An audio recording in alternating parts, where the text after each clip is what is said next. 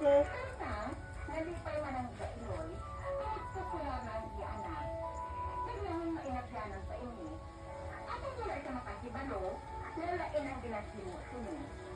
Isa ka beso na, nagtapos sa bookstore si Judy para na magbakal sang porno ng mga libro. Kapag padali pa kasi,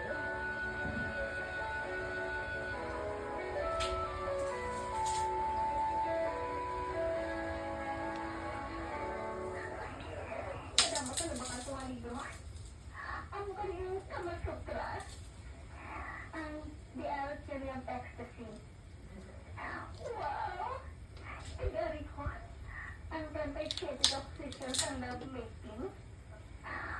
Ay, sa mga kamatay-balot ang meaning sa half moon, kag-circle, kag-lotus petal.